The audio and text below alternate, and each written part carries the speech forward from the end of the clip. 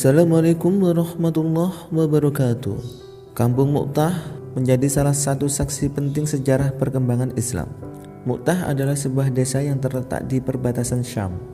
Desa yang ada di tepi sungai Yordan ini kini masuk dalam provinsi Kerak wilayah Yordania. Mu'tah saat ini merupakan wilayah yang semarak dengan deretan pohon pinus di sepanjang jalan.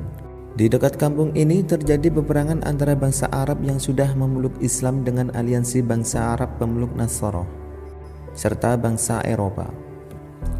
Bahkan beberapa literatur menyebutkan perang ini adalah perang pertama umat Islam melawan bangsa Barat. Perang ini terjadi pasca perjanjian Hudaybiyah. Saat itu Rasulullah SAW mengirim delegasi ke berbagai kawasan untuk menyampaikan pesan damai agama Islam melalui surat yang ditulisnya.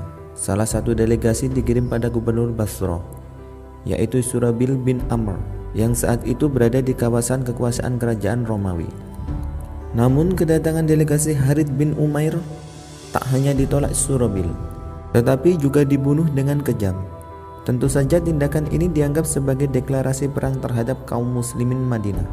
Maka pada tahun 8 Hijriah Rasulullah menyiapkan pasukan yang jumlahnya 3.000 untuk menyerang Basrah. Pada perang ini, Rasulullah tidak turut serta dan tetap berada di Madinah. Sebelum berangkat, Rasulullah memberi instruksi kepada para pasukan. Pemimpin pasukan adalah Zaid bin Harithah. Jika dia terbunuh, penggantinya adalah Zafar bin Abi Thalib.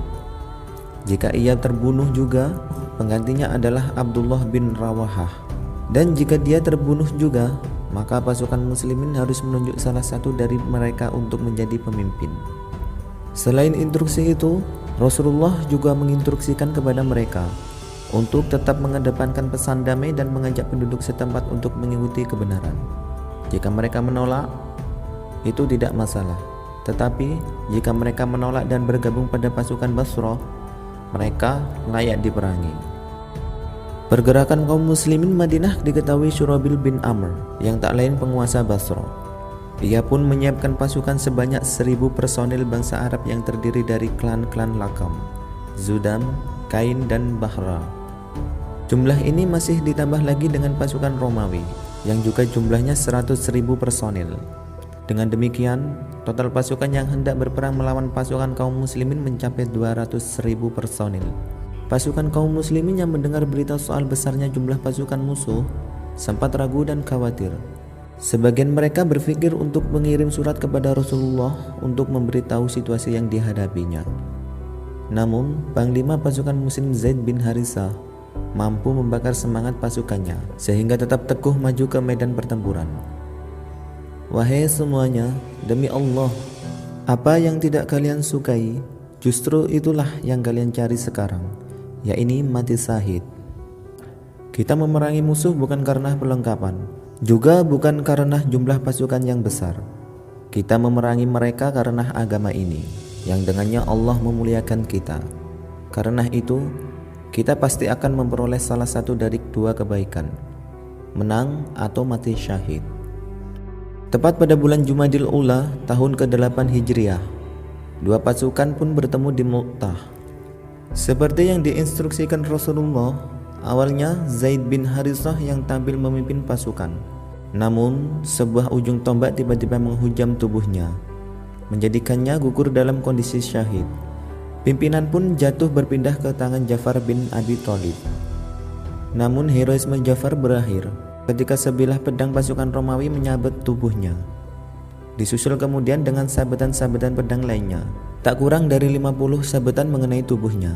Dia pun gugur sebagai syahid menyusul Zaid. Kepemimpinan kemudian beralih ke tangan Abdul bin Rawahah. Namun beliau juga gugur menyusul Zaid dan Zafar.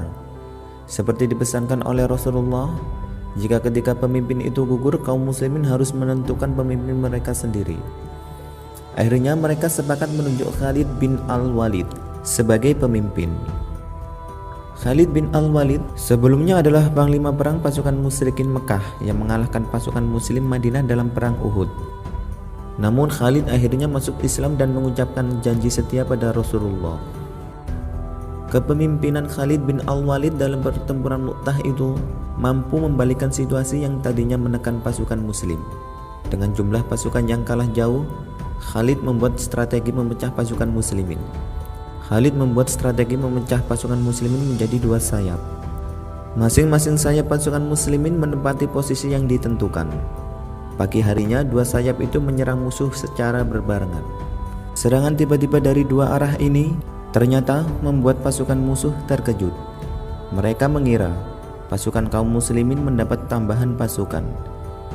Sebelum mereka menyadari apa yang sebenarnya terjadi, pasukan muslimin berhasil menghancurkan dan memukul mundur pasukan musuh. Namun melihat pasukan mundur, Khalid menginstruksikan pasukan untuk tidak melakukan pengejaran, namun berbalik mundur ke Madinah. Pertimbangan Khalid adalah bila pasukan musuh menyadari strategi yang dilakukan pasukan muslim, maka pasukan musuh akan kembali menyerang mereka dengan kekuatan penuh. Di Madinah, berita pasukan muslimin yang berhasil memukul mundur musuh membuat Rasulullah dan kaum muslimin begitu bersuka cita. Namun sebagian kaum muslimin merasa kecewa karena pasukan muslimin yang semestinya mengejar musuh malah kembali ke Madinah. Sebagian mereka menyambut pasukan Khalid dengan kata-kata sinis. Mendengar ucapan itu, Rasulullah segera memotong. Mereka sama sekali bukan orang-orang yang melarikan diri dari medan perang. Mereka insya Allah adalah orang-orang yang pulang dan akan kembali berperang. Meski pertempuran antara dua pasukan ini digambarkan sangat sengit, namun dilaporkan hanya 12 orang dari pasukan kaum muslimin yang terbunuh. Padahal jumlah korban tewas dari kaum musyrikin sangat banyak. Sengitnya pertempuran dibuktikan oleh kesaksian Khalid bin Walid yang menghabiskan 9 pucuk pedang dalam perang tersebut. Hanya satu pedang yang tersisa, yaitu pedang buatan Yaman. Mengenai perang Mu'tah ini, Allah berfirman, orang-orang yang meyakini bahwa mereka akan menemui Allah berkata, berapa banyak terjadi golongan yang sedikit dapat mengalahkan golongan yang banyak dengan izin Allah. Dan Allah beserta orang-orang yang sabar. Al-Quran Surah Al-Baqarah ayat 249. Perang Mu'tah ini menggambarkan bagaimana progresivitas Islam begitu terlihat. Tanpa ragu sedikit pun, kaum muslimin berangkat menuju ke Mu'tah untuk menyerang pasukan Basrah dan Romawi. Itu disebabkan karena mereka telah mendeklarasikan perang dengan cara yang sangat keji. Dipukul mundurnya pasukan Romawi dalam peperangan Mu'tah ini dikabarkan telah membuat Kaisar Romawi Heraklius menjadi depresi. Ia sangat tidak menyangka bahwa bangsa Arab akan mampu bertindak sejauh ini. Perang ini juga membuat sadar bahwa kekuatan Islam benar-benar tidak bisa dipandang sebelah mata. Semoga kisah sejarah Islam ini bisa menambah keimanan kita. Wassalamualaikum warahmatullahi wabarakatuh.